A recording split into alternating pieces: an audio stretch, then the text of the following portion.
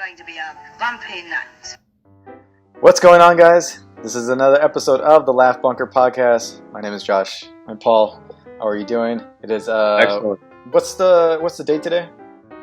Today is May 18th. May 18th. Episode 4. We're back. Happy birthday. It's Paul's birthday. Thank you very much. Yep. How old are you now? 100? 101? No, 93, you asshole. So now I have to do this. This shot is for Ramon and Antonio in Lenox right now. We're having all a shot today. Now this is a 2-shot though. I know. This is not a girl shot. This is double. I have a girl shot. I have a single. I have vodka in mine. Now I have to apologize to Ramon and Antonio because that's how gringos do the shot, one at a time. But I like to numb it out right away. Yeah. And I have found that, in all seriousness, though, not to be crazy, but in the last 2 or 3 months since the coronavirus, whenever I have felt like I was getting a scratchy throat, a runny nose, I did do a shot and took a lot of vitamin C, got a good night rest, gargled with salt water, and it always seems to move it. And that was something that my grandma, Rita O'Donoghue, she was the one that even when we were kids, it wasn't whiskey, it was blackberry brandy. But we always got a glass like that, and we loved our grandma. Did they ever give you any alcohol when your teeth were hurting or when you were teething? Dude, I don't. You remember that far back? No. Did you ask your mom? Did she ever like? No. I don't. It's growing up. My parents were professional people. Mm-hmm. So my father was in finance, and my mom worked for an insurance company, and then ended up working for a large food distribution company, like half the country. Yeah. So we would go and stay a lot at my grandma's house in really 8 Mile, which is funny because of the movie 8 Mile, but down the street over there. And so Monday through Friday, we stayed with my grandma for a couple summers with John Paul Conroy. In fact, we were staying there the summer that Jimmy Hoffa disappeared, because he disappeared in you know who he is, right? The Teamster guy, the movie, right? Uh-huh. So I remember my grandfather reading the Detroit Free Press and talking to my grandma about that. Yeah. So it was just such a different. Anyway, so we hung out there, and they were strict. They're from Ireland. They're strict, Catholic. A lot of kneeling. I mean, my knees are actually flat now from kneeling all those times. But it was a good time. My mom had a lot of brothers and sisters. Mm-hmm. So growing up, like for the holidays, it was your family's pretty big. How many people are in your family? If you get together with your wives and yours together, that's a lot of people. Yeah. Well, they were together. Well, it's a little complicated, family drama. But as far as my immediate family, my brothers, I have 2 other brothers. They're both younger than me. If we're talking about my parents, both of them had around 6 or 7 brothers and sisters on their sides.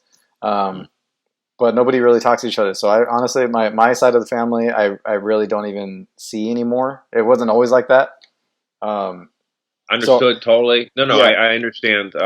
Any gatherings, it's 99% is my wife's family. And luckily they're all tight knit and close, and they all like to get together. And so how many brothers and sisters does she have? She has 1 other sister and 2 brothers. Okay. Yeah. Well, the Catholics and the Hispanics, they never could figure out birth control. They never got it. They couldn't figure, or they couldn't afford it. Especially when you go further and further back, it's like the families are gigantic. So it's just me and my sister only. And where's she at? She's in Grand Rapids, Michigan, which is in West Michigan. Okay. About 20. No, she's in Hudsonville now, so she's about 10 minutes from Lake Michigan by Holland, where my mom lives. Yeah. Very nice. Very West Michigan, very cool. Talked to both of them today Does on she have a fam? FaceTime. Does your sister have a family of her own, or? Yeah, yeah. Well, there's some complications with that now, and Uh-huh. so I have three nephews, Okay. and they're just solid dudes. I mean, just straight across the board, and but then because of the other side of the family, it's kind of the same Yeah, situation. I don't know, but stuff happens. Yeah. no, my sister works for a company that takes care of the kind of oversees the care of the elderly Okay. throughout the nation. Yeah.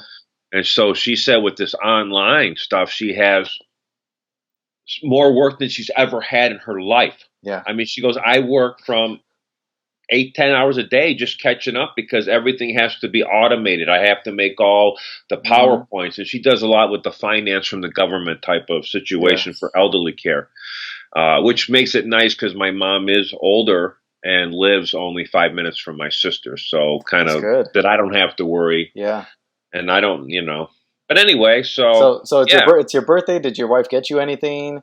Was there any like? Do you celebrate birthdays at this point anymore? Because I know a lot of people they're not. Some people are just not birthday people. They're just not. I don't. Well, I was thinking about that today. No, yes, I mean I've had we had dinner yesterday Okay. and sushi and all kinds of different things, and then we I will have cake and ice cream afterwards. What kind of cake And is it? What kind of cake do you like? well, it's well, this is a chocolate. My favorite cake would be a chocolate with a white buttercream frosting.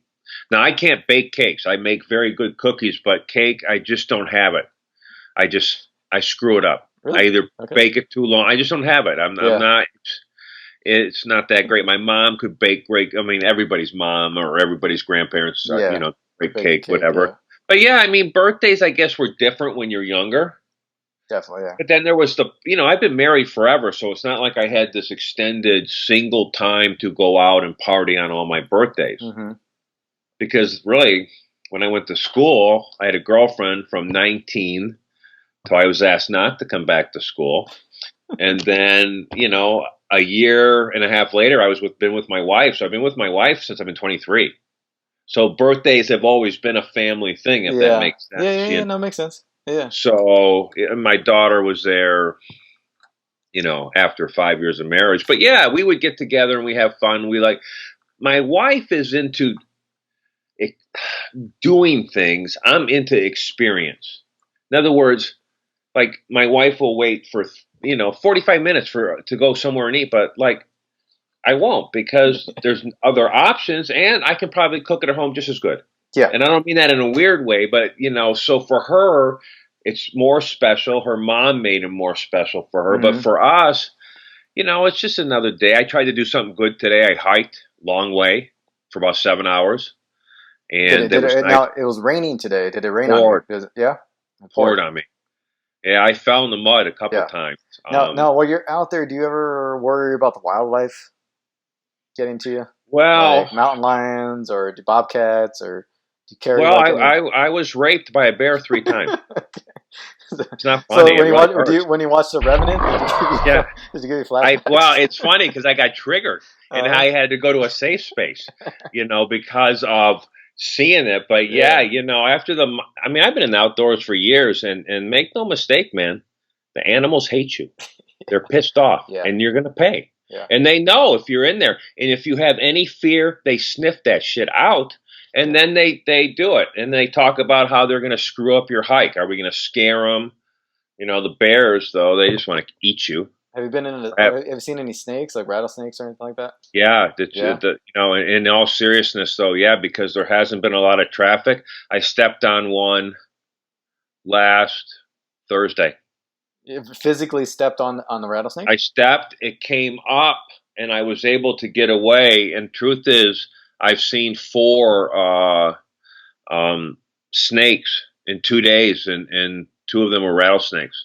Yeah, I've seen other people like I follow certain like celebrities and stuff, and they do a lot of biking or do a lot of like outdoor activities in this area, in the LA area, and it's just rattlesnakes all day. I don't know if there's a big Well, I mean, rattlesnake there's the snurge. encroachment. Well, there's encroachment of society, Yeah, and the problem is because of the heat, the rattlesnakes have to get out and move, and yeah. so because of that, they stay in the shades on the side. Now, if it bit you, how long do you think it would last? Or I don't know what's the timetable Well, for that? me Yeah, or the normal per? Oh, me, I'm not.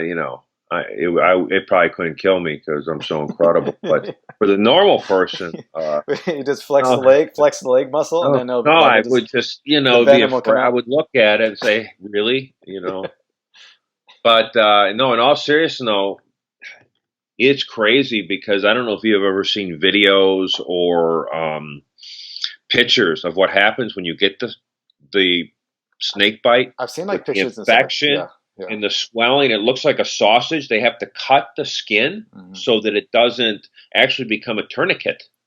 Does it So, eat the skin like some venom?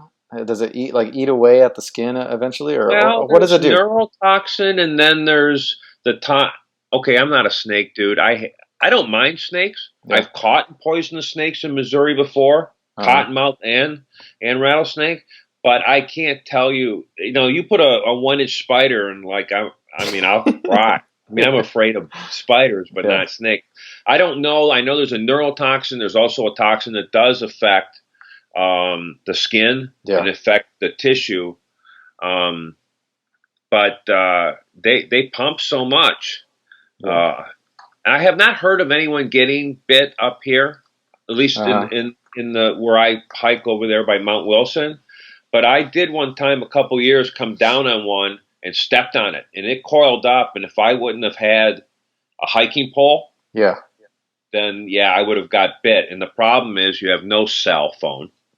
There's no. It's crazy. You're by all the towers Yeah. of all of LA are right, 200 yards away, and there's no reception.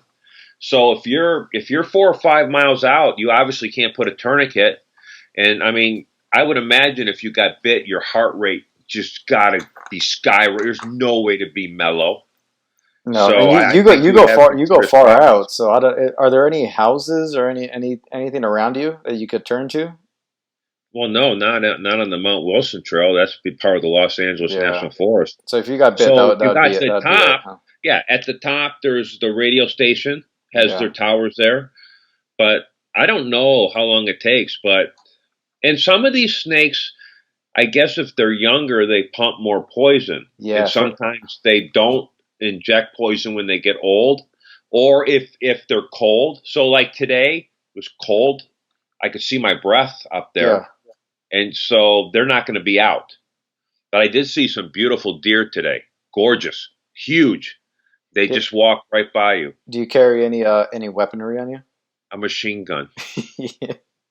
No, Gun Bambi down. well, I Just see one machine gun, and I like the, in case a tank comes up, Yeah, because you never know. No, I do have a friend who does. He's a government person, Okay. not a state person, a government person, and he will carry a gun. And I'm like, what do you know that I don't? Like, what? And he has it in a little fanny pack, which is not very masculine for that size of weapon. Yeah. But you should carry something on you, no? Like, you know what? I've come across bears. what But, about but see, these bears here are not the bears in Montana or like grizzlies in Glacier Yeah. National or Alaska. These have been fed by Southern California for years. Yeah. But the truth is, I one time did come. In fact, last summer or last spring, I came down into this gully and I saw cubs. Yeah. And I turned around and I was between them. And that is the one place you don't want to be. So I did get out, and the cubs were very smart. I didn't have any problems. I've heard one guy did get attacked by a bear. Mm-hmm. He wasn't doing what he should be doing. You're supposed to make yourself seem bigger but not threatening. Uh-huh. But What did he do? The from opposite. the interview on TV, he didn't seem that bright. I mean, I'm not saying he's probably a doctor, and I hope the best. Now, for him. if you got attacked by the bear like on the Revenant, do you think you would have survived like Leo did? I don't know. It's interesting. You know what? I hear they eat you from when they start to eat you, they eat you from like the bottom up. So you probably get eaten like ass first by a bear, from what I hear. Well, you better wipe. You know. Or don't wipe. Actually, don't wipe before you go up there. Yeah, Yeah, that like, might yeah. be how they leave. But you know, it's funny because Jesse, who I used to work with in the morning, Yeah. that guy knows everything about everything. And so one time out of the blue, and one of my favorite things is we always try to stump one another with trivia. So we Googled who are the most badass people in the history of the world. Uh-huh. Hugh Glass, who that movie is kind of based off, is number 8 in the history of the world. Wait, and he had one other major survival thing. What movie? The Revenant? Yeah. Is that based off of somebody? That's based off Hugh Glass, who was an explorer, more of a guide for major trapping company or whatever. That's a great movie too, by the way. That is a great movie. Did that all happen to him in terms of like his son getting killed and all that? Did he actually have a half native son? I have not read the book, and I don't want to speak ignorantly, but definitely the bear attack and the revenge factor to get back was definitely part of his story of what we read in the blip. And dude, living in those days, I mean, come on, man, this is crazy stuff. I know, no toothbrush. It's like, yeah. Well, that's what my wife loves that show Outlander. It has a lot of sensual scenes in it. Romantic scenes, and I'm like, I can't get into it because these people haven't bathed. Yeah, I was just saying, you know what I'm saying. Yeah. I like, it smells like a deli. Yes. So anyway, no, I mean, but to have your life on the line like that all the time, you know, I mean, it's just different kinds of people. But anyway, the coronavirus would have killed like half the human population if it had showed up around that time. Well, it was very spread out, though. Yeah.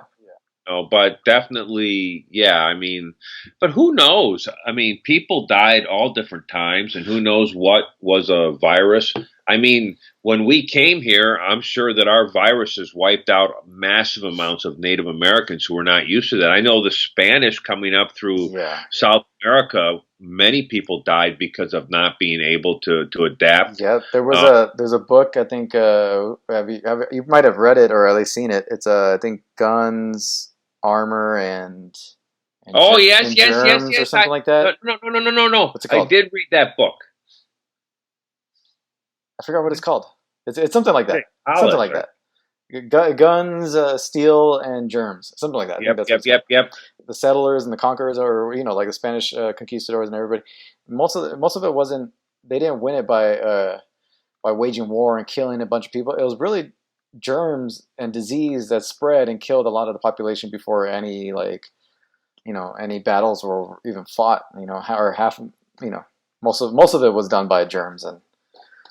Well, it's interesting because when I moved to Chicago, I lived in a close group of people, and I felt like I was sick for a month. When my wife and I moved out here to LA, it felt like we were getting ransacked with different types of flus and different things, especially, with my wife being a teacher, my daughter being in grade school. Yeah. I mean, the amount of flu that we had not been used to was, it was just staggering. Even at the hotel, you go to the hotel, like when one person gets sick, the entire hotel got sick. Yeah, I think all of us were sick with the same thing. That's probably this virus right now because it went through the whole office. Yeah. And it came home to my family. And it's interesting, hiking today was the first time I really went pretty far because it's only been open for a week. Yeah. And I feel like my lungs, I don't know if it's because I've been inactive. I've not been inactive. I worked out every day, but I haven't hiked and my lungs are having a hard time adapting. Yeah. Crazy. And I got to be honest with you, I'm getting tired of watching TV. I'm at a point. I never thought I would get to that point, but it's like I was trying to watch last night and I'm like, I did see the end of Michael Jordan. Talk about that. What do you think? In your conclusion, how do you feel about the entire 10-part documentary series? Even though a lot of people are still probably catching up, I haven't even really gotten into it yet. I will tell you, it's worth studying. My wife really was probably more enthusiastic than I was. Mm-hmm. But I really jumped on the bandwagon, and I totally understand him. Yeah. He's worked so hard to be a winner, and I've worked so hard to be a loser. But yet we've worked equally so hard that we can relate on the bipolar axis of success. But no, it's very nostalgic. The 80s and 90s were my time. You'll understand that in your life. When you get to a certain age, it was just... 90s, 2000. I was more 90s, 2000. Yeah. Just worked. It was just a wonderful time. Michael Jordan.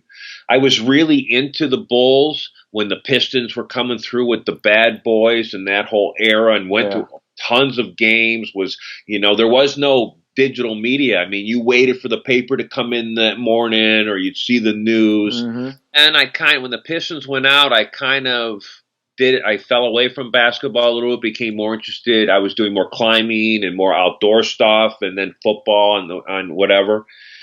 But when I watched this, this guy, man, it's something different. Everybody who played with him was abused, and yet every player that played with him would have never been that good without that. Yeah.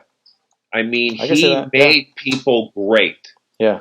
I'm sure that people who played with some of the great soccer stars, Pelé or Blackman or Ronaldo. You emphasize, if the few times that we've done short films, my wife and I, when you have some certain incredible crews, it's just everyone's just pumped to keep raising it higher. Even with fighting, when a guy comes in, it clears out the playing field of like all of his competitors. The next crop of people that come in usually try to adapt or take from that person. Like there's a fighter now. He's semi-retired. Came back. Dominic Cruz. He just fought. A lot of the guys in his division and around his division had to almost adopted his parts of his style, and it was interesting to see when that originator and the other the next crop of guys competing kind of would would you say matching up against them? Well, and would you say that maybe Gracie, because of the different style? Because really, when MMA first started, it was more of a kickboxing, still a different game, and he changed it. But think about how that has influenced MMA. Grappling is taught in every school. It's part of. If you get tied up and you don't know how to deal with it, you lose. How effective the ground fighting can be, and how it can neutralize the toughest individuals, that are just use their hands, and it was something for that era. And it's funny because he was a smaller guy, a tall guy. He's a tall guy but skinny. I've met him in person. I've interviewed him before. He's a really nice guy, and I've interviewed his son and everything, who actually started to try to compete too. He's a young guy. Looks like almost like James Franco's younger brother. He looks like him. But he. I was thinking of you said whenever you say the younger brother, all I can think of is 21 Jump Street. I just watched that yesterday with Jonah Hill and Tatum, right? Yeah. And then you have Johnny Depp coming in at the end. He takes off the mask. And... You know what it is? I love that dude in that. I know we're sidetracking, but I love that dude. What's the coach? He was also in The Hangover as a cop. Rob Riggle, isn't it? No, that's his name, right? I was going to say that, but I know it's Rob, but I don't think it's Riggle. I could be wrong. Yeah, but anyway, he's a former military guy. You know that? He's like a former Marine or something like that. Very like a military. He's got that look to him. You could tell. But he is just funny, dude. Yeah, funny. In that movie, he's my favorite part of the whole movie. Yeah, personally. And I didn't notice some of the actresses and some of the supporting characters in that movie. You had like Brie Larson before she really kind of blew up with the whole Marvel thing, and then Room. Well, no, Room and The Room. Actually, The Room definitely. It was right before then.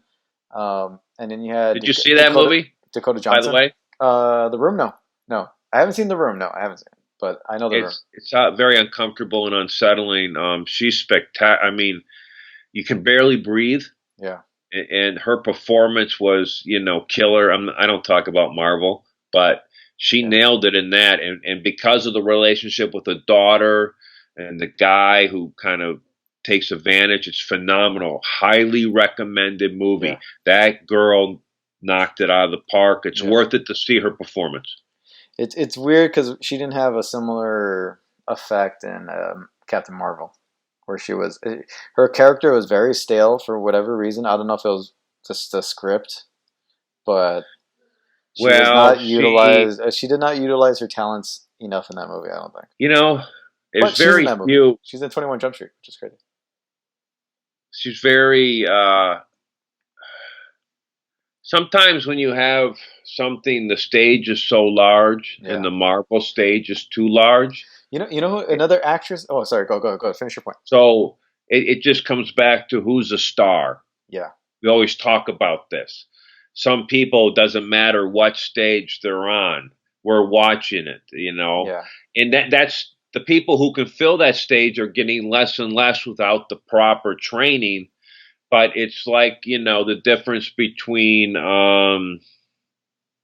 George Clooney and John Hamm. Yeah. In each of their vehicles, Clooney, I think, is a better comedic actor. I Oh, yeah. enjoy him laughing than straight. But do you see the difference? Yeah. John Hamm in Mad Men, he is the man. He rules. But in movies, his persona doesn't carry outside of that, where certain people walk in. I mean, when Johnny Depp walks in, you know who these people are. Yeah. Just Marlon Brando, Meryl Streep. I mean, they're there, and you just watch them no matter what they do. Yeah. So going back. Okay. So going back to the whole Hoist Gracie thing. So yes. In terms of overall greatness and changing the game and forcing your competitors to adapt, yes, he wasn't even supposed to be in the tournament, the first tournament. He was an alternate. It was his cousin that was actually supposed to be in it, and then So you're talking about Hoisey? Hoist Gracie. Okay, now who was the other one?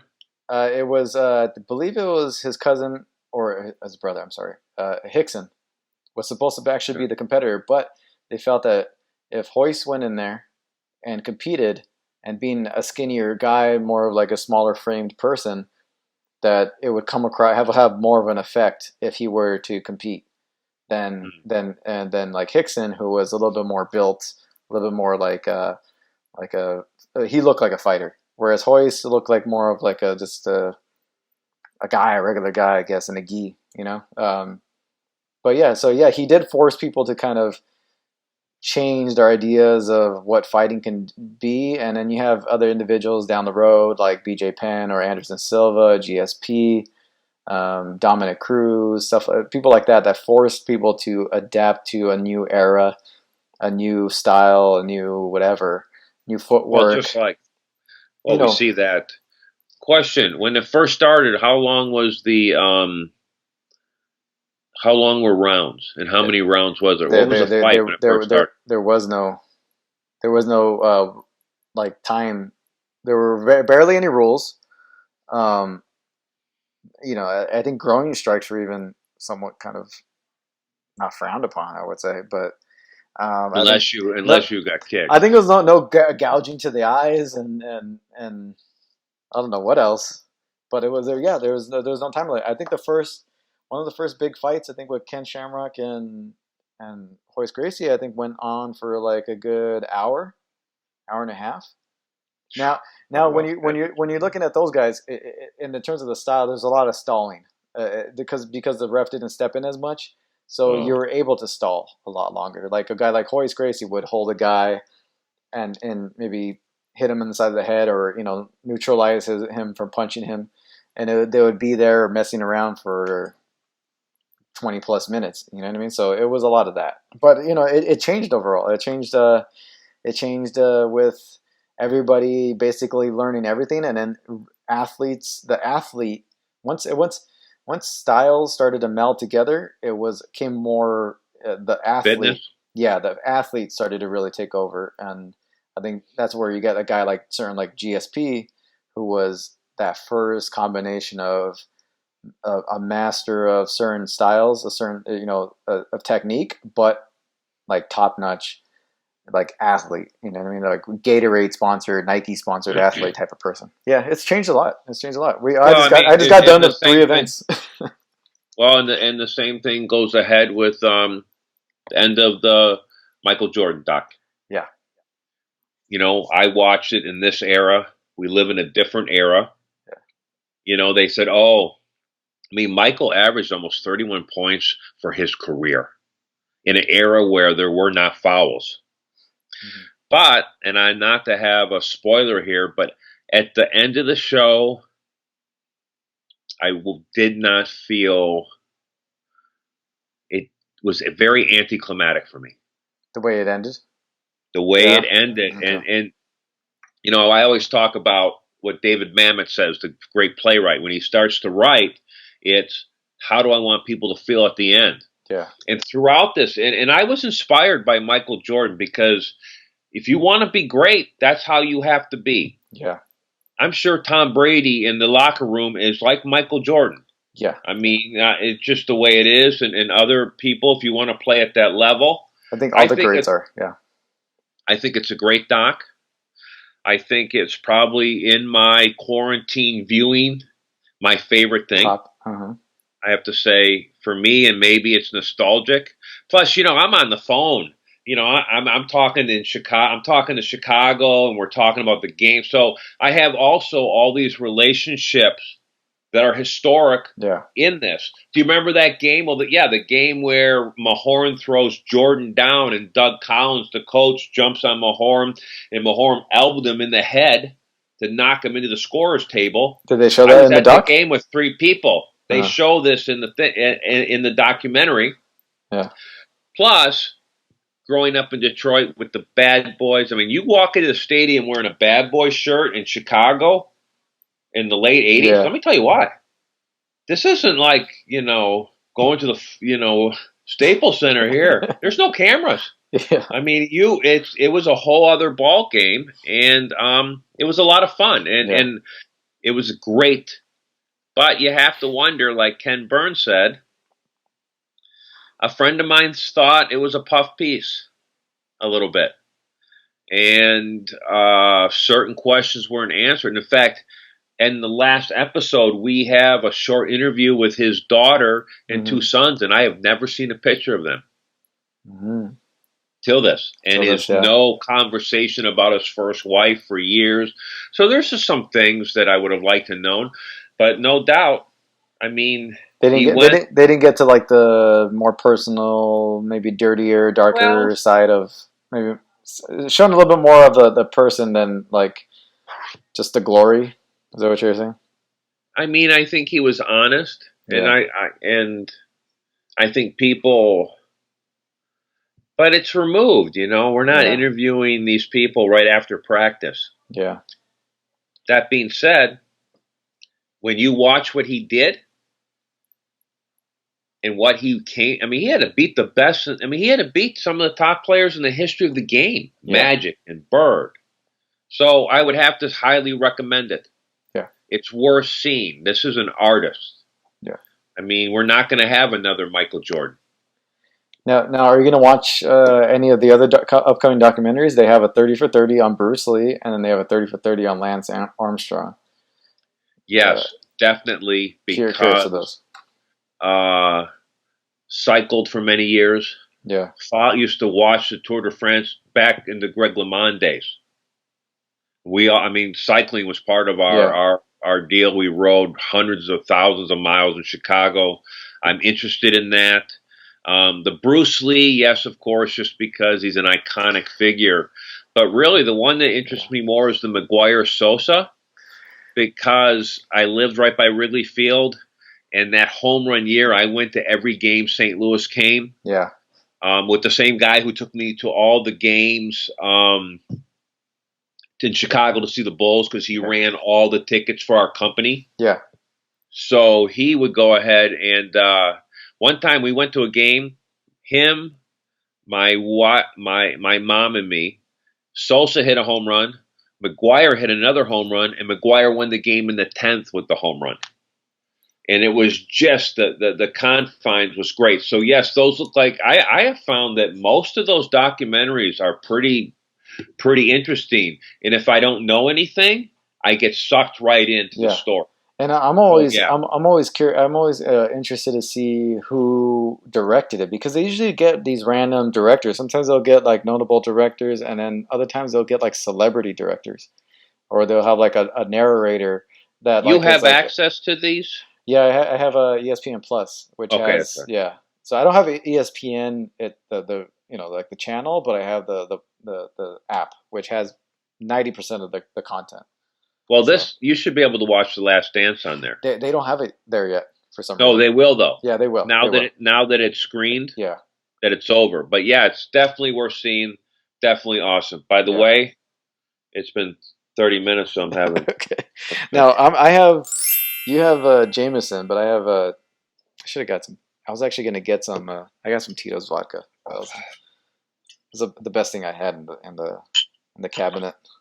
I am not going to have another drink uh, till July 4th. I mean, it's amazing that really. You know, it's funny. I went to a party one time, and this guy had a cannon, Uh, and he was it shot. I don't know how. I mean, this is a long time ago, but this is in West Michigan, so it was yeah. a house by the woods or whatever. And I went to this big party. It was a 4th of July party, in fact. And guys were shooting M80s with wrist rockets. Uh, I mean, those fuses are only this long, yeah. but they had this cannon, and I think the inch and a half maybe might have been the diameter of the lead slug, and they were trying to blow down trees, so they would just keep shooting it. But this thing was so loud, and they didn't put the powder in with a stick or plunger. It had a bag. It was, but I would have to say that the whole of that cannon was there, and when it would rock, it would jump back. It was awesome. Now, Anyway, yeah, it's amazing that we all have fingers.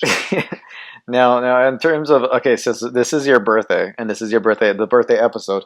Looking back on all the birthdays that you had, did you do anything special on one of the birthdays? Did you climb a mountain on your birthday? On my 30th birthday, did you do anything on, crazy? Yeah. So on my 30th birthday, I was on Mount Rainier Okay. on the summit on May 18th. I had a feeling you're on a mountain at some point in your birthday. Yeah. And it was, I went with two serious climbing friends. And it's funny, one of them I'm not friends with anymore, but the other guy, his name is Kurt, just brilliant. He was a roofer with me in Chicago, and then he went into Iraq for the first tour to get the GI Bill. Now, his dad was a scientist and took IBM from analog into the digital era. So Kurt ended up roofing with me. He was one of the stupidest roofers in the world. Did this dumb stuff. Yeah. Ended up working for NASA. Did the flight plan for the Mars Surveyor on paper. And his boss, who had him do the math, was Bruce McCandless, who's the astronaut who did the tether-free spacewalk in that machine. You've seen probably a picture of it. I couldn't go to their offices, obviously, but I was going to ask that. Like, where do they live? He was working at Lockheed Martin in Colorado. Okay. In fact, he was at a meeting when Columbine happened. They were having a meeting in Littleton in the same when that went down, and and he remembers the meeting being joined, and certain members of that kids were at that school. Yeah, that's so. But Kurt, I'll send you a picture of the three of us. So we went up there, and we weren't really super experienced. I had taken a class. We shouldn't have been on that mountain by ourselves. The truth is. I mean, in the parking lot, there was, on May 18th, there's 30 feet of snow in the parking lot. And that's at 5,000 feet. And so Mount Rainier is one of the Mount Rainier can get up to 90 feet of snow a year. So imagine glaciers for thousands of years. It's the only real mountain in America. You can train for a real mountain there. Yeah. Because you become comfortable with your crampons, your ice tools, and different things. Did you do any other mountain aside from that? What, on my birthday? Or any other time?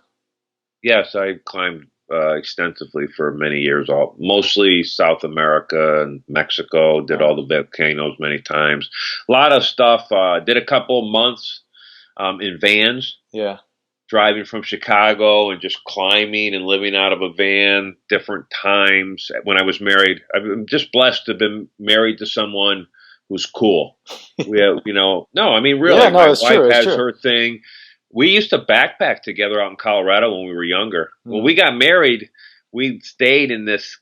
We drove around in a Volkswagen like hippie van that someone Uh-huh. had given us, and we stayed in a cabin up in Netherlands, which is kind of a hippie community outside of Boulder, about 45 minutes. It Yeah. was just cool. I don't know. Have you ever been to Colorado?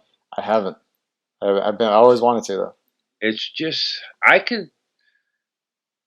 It's funny. I was looking at a house the other day in Glenwood Springs, which is Yeah. a little north of Aspen, and this house was stinking massive. Okay, Well, it was I four bet. bedrooms. Mhm.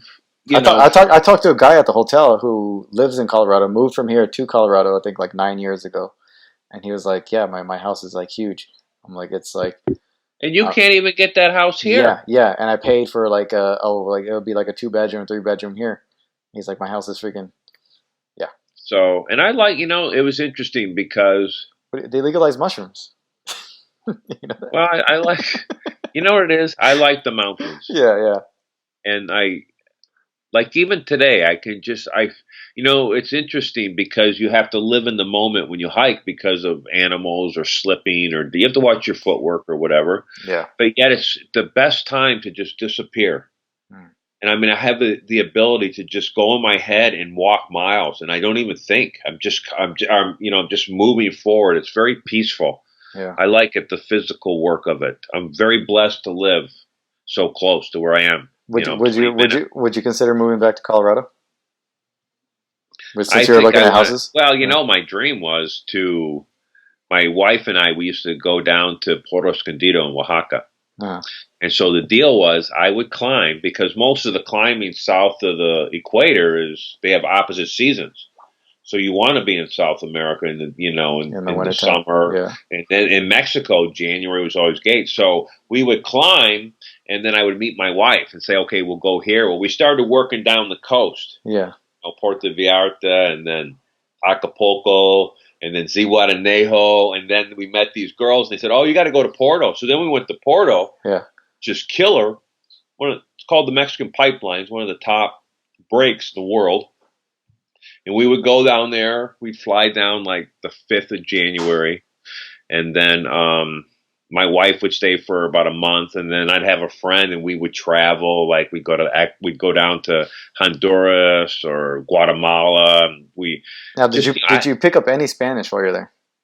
it's funny because I went to, I went to this community college called Truman College by our house in Chicago with my wife to study Spanish. I took 3 semesters, Oh. and the professora said, Senor Kales, you slaughter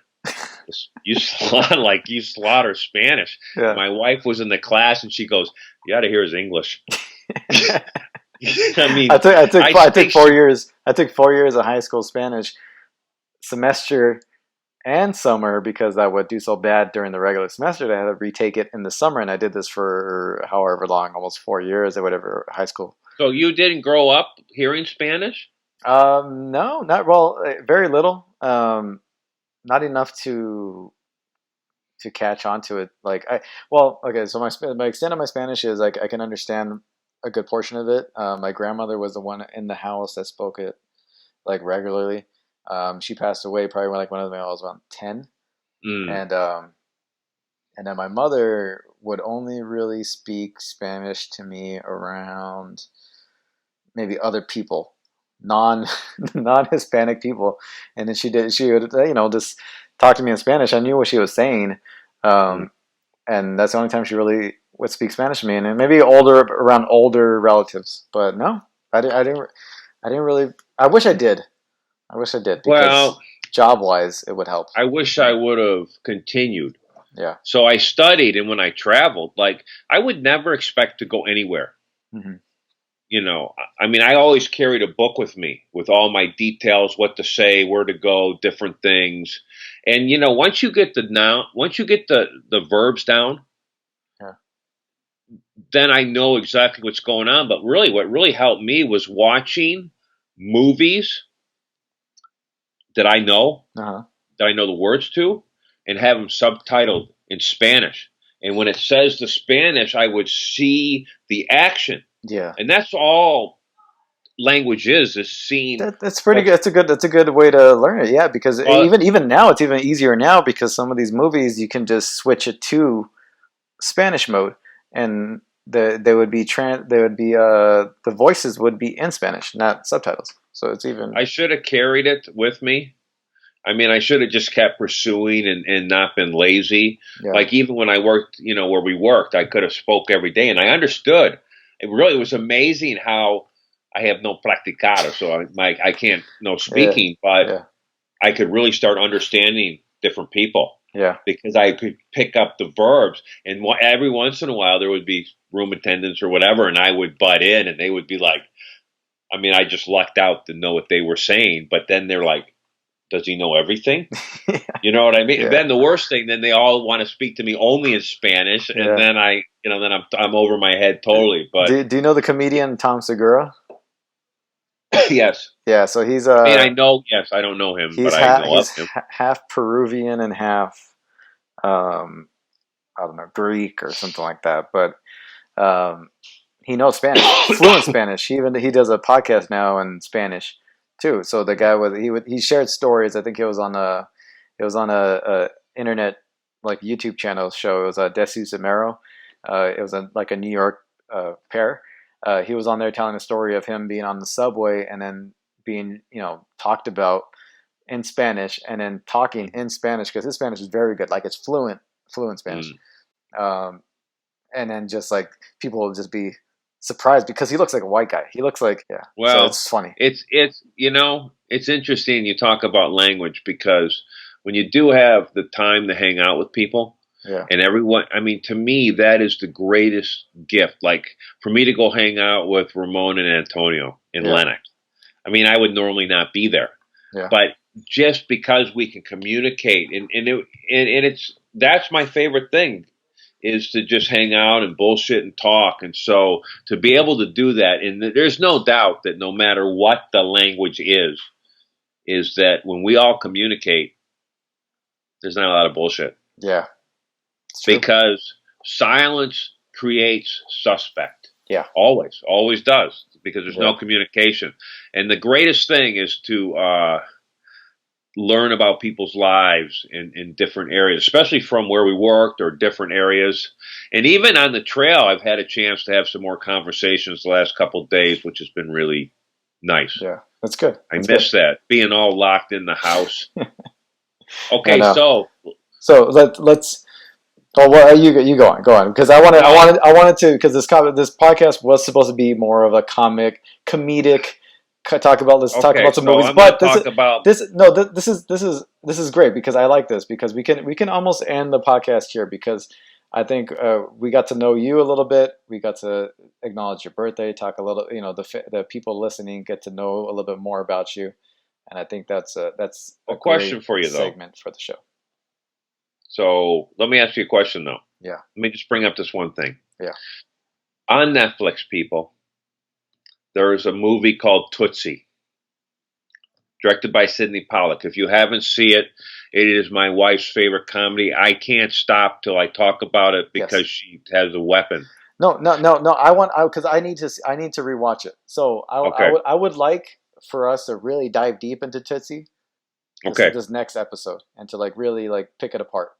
But this is definitely something that I think that we can dive into fully. All right, so next week we'll talk comedy movies. You bring your favorites. Yeah, I'll bring mine. And the focus will be Tootsie. That will be the focus for the show. Well, it's a pretty interesting movie because of who's involved, but it does have my favorite comedic scene of all time. And I will send you the clip of it so you will see it that you'll know. But yeah, that's cool. All right. You want to do one more? You want to do one more shot? Let's do one more shot. All right. So, but this is my 6th. Yeah, I'm not at that level yet. Well, I could, but I have a 1-year-old running around. Here you go. Here you go. Cheers. Cheers. Happy Happy birthday. birthday, my friend. Yeah. So, All right. just on a side note, have you seen anything? Give me one recommendation to watch. Over the weekend, I watched Untouchables. I watched The Kevin Costner movie? Yeah, that's such a great movie. And you know what? De Niro's Capone, like he's not in it really throughout the entire movie, but like every scene he comes in is just What did we amazing. just talk about? Marlon Brando and John Hamm? Yeah, it's just amazing. He comes in and just like, yeah, I just love it. I love that movie. Even the scenes with Sean Connery and Costner. And look at the Garcia. He steals every scene over both those guys. Yeah. So, when they were filming Untouchables, that's filmed at Union Station. Over here? Downtown Chicago. Oh, downtown Chicago. No, okay. Yeah. The whole movie is shot in Chicago. It's all Chicago, yeah. So, since you brought this movie up, we're going to talk about it for a second. So,